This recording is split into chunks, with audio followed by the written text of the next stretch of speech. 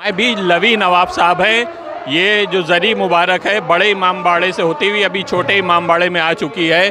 क्या इतिहास रहा है? लवी नवाब साहब हमारे साथ मौजूद हैं, बताएंगे। हाँ, ये असल में 1839 में मोहम्मद अली शाह साहब ने इसकी बुनियाद डाली थी। तो उस वक़्त से सिलसिला लगातार चल रहा है। करीब 52 साल से तो मैं चल रहा हूँ इस बैनर में, क्योंकि पहले मुतवल्ली वगैरह ख़ानदान शाही के लोग इसमें जो है वो शरीक होते थे, साथ में कमिश्नर होते थे, साथ में एसएसपी होते थे, ये सब साथ में चलते थे। उसका रिकॉर्ड हम लोगों के पास है। अब धीरे धीरे सब चीज़ें जो है मतलब ये कि कम होती गई। जैसे पहले मतलब 100 हाथी होते थे, 150 ऊँट होते थे, 50 घोड़े होते थे। वो धीरे धीरे जो है वो मतलब तादाद उसकी धीरे धीरे कम होती है। महंगाई भी है, लेकिन बहरहाल महंगाई से इसका कोई मतलब नहीं, क्योंकि ये प्रशासन इसको उठाता है। तो प्रशासन पास किसी चीज़ की कमी तो है नहीं। नहीं, शासन प्रशासन तो उठवा ही रहा है। और जब से योगी जी की सरकार आई है तब से बहुत शांतिपूर्वक और बहुत अच्छा एडमिनिस्ट्रेशन, और ख़ास तौर से जो जिलाधिकारी है, आपके एडीएम साहब हैं, आपके एसीएम साहब हैं, हमारा हुसैनाबाद का स्टाफ है, वो सब मैनेज करता है इसको। और सही तरीके से ये जो है अपने टाइम के अंदर आती है। ये 10 बजे की टाइमिंग है इसकी, पहली तारीख की। उसकी रोशन चौकी की 7 की मेहंदी की 12 बजे की तारीख है, वो 12 बजे आती है।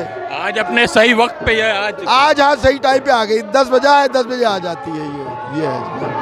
हमारे साथ मीसम नकवी साहब भी मौजूद हैं। इन्होंने भी काफ़ी मेहनत की है और काफ़ी प्रशासन के साथ में, चाहे एम्बुलेंस की बात हो या प्रशासन में किसी तरह का सहयोग की बात हो, तो मीसम नकवी साहब इसमें पेश रहे हैं।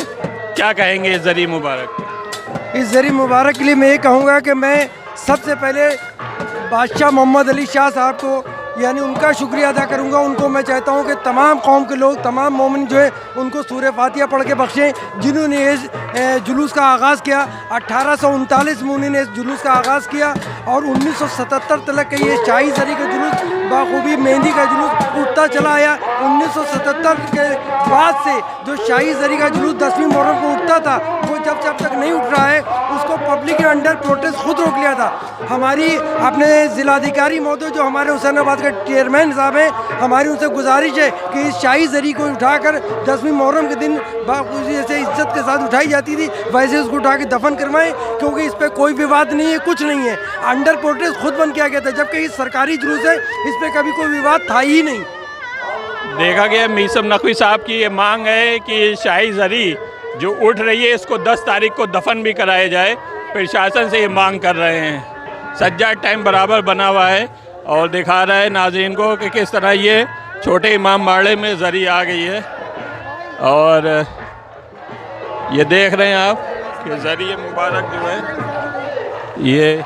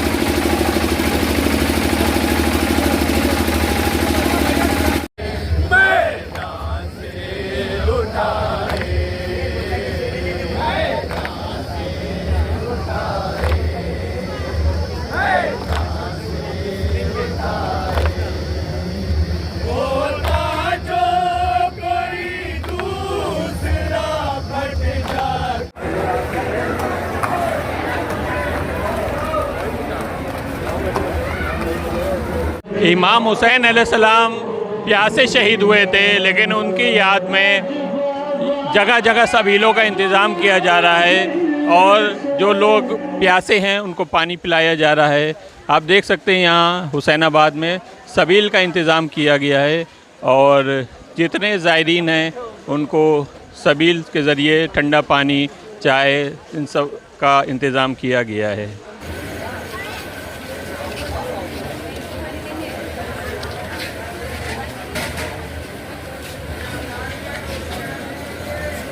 दौरे शाही से ये जुलूस बड़े इमाम बाड़े से उठकर छोटे इमाम बाड़े में आता है और अब ये जो प्रशासन के हाथ में है और प्रशासन इसको, जैसे आज देख रहे हैं कि 10 बजे ही छोटे इमाम बाड़े में आ गया। हमारे साथ में क्या नाम है? काज़िम अली ख़ान। काज़िम अली ख़ान साहब मौजूद हैं। क्या इतिहास रहा है, इनसे बात करते हैं। जैसा कि भी आपके सामने हमारे सारे साथियों ने, हमारे रिश्तेदारों ने आपको ये बात बताई कि ये जुलूस कब स्टार्ट हुआ और सारी चीज़ों से आप वाकिफ़ हुए, लेकिन हम एक थोड़ा सा इस बात पर रोशनी डालना चाहते हैं कि जब 1947 में भारत का निर्माण हो रहा था तो हमारे अजदाद ने पूरा तन मन धन के साथ भारत को सुपुर्द किया और ये ज़िम्मेदारी प्रशासन को सौंप दी कि इस जुलूस को सही वक्त पे सही तरीक़े से निकाला जाए। और आज जो शान व शौकत जो बरकरार है वो हम गवर्नमेंट के बड़े शुक्रगुज़ार हैं जिसने हमारे लिए बहुत ज़्यादा उसमें बड़ा सहयोग किया हर तरीक़े से, चाहे सफाई का मसला हो और चाहे प्रशासन की पुलिस का हो सिलसिला, उसने बहुत अच्छे ढंग से किया। लेकिन एक हम आपको नज़र डालना चाहते हैं, यहाँ पे एक हमारे छोटे इमाम बाड़े के सामने एक नौबत खाना है। यही मेरा सवाल भी था, नौबत पाने पर कुछ इंक्रोचमेंट है, क्या कहेंगे? देखिए, नौबत खाने पे जो सामने आप देख रहे हैं वहाँ पे बहुत सारे रेस्टोरेंट बनते चले जा रहे हैं और यहाँ तक कि उस पर पक्की जो है लोहे की रेलिंग लगा करके, टीन डाल करके पूरा जो है कैच किया जा रहा है और उसकी जो शान व शौकत है वो पामाल हो रही है।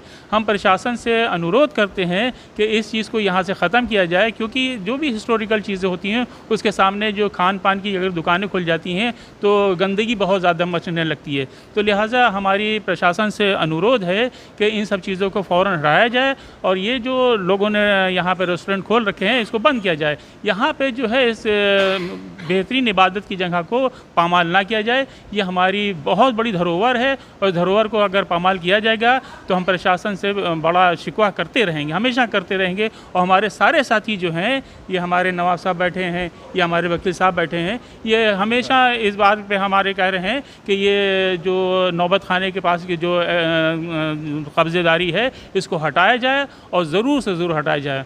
और मैं आपके चैनल के माध्यम से पूरा सहयोग करने के लिए तैयार हूँ कि हमारे जितने भी खानवादे के लोग हैं इसको हटाने के लिए तत्पर हैं।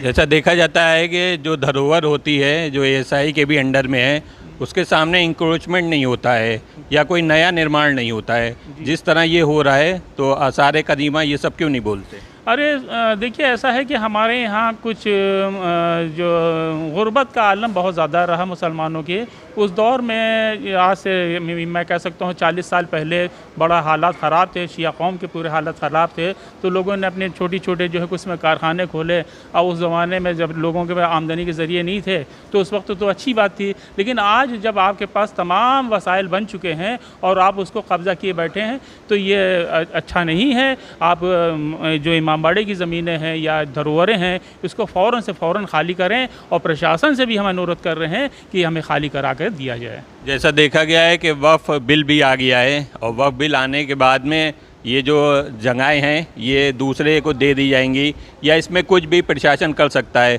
अगर इसमें मुस्लिम या शिया भाई इसमें आ जाते हैं तो उसमें क्या दिक्कत?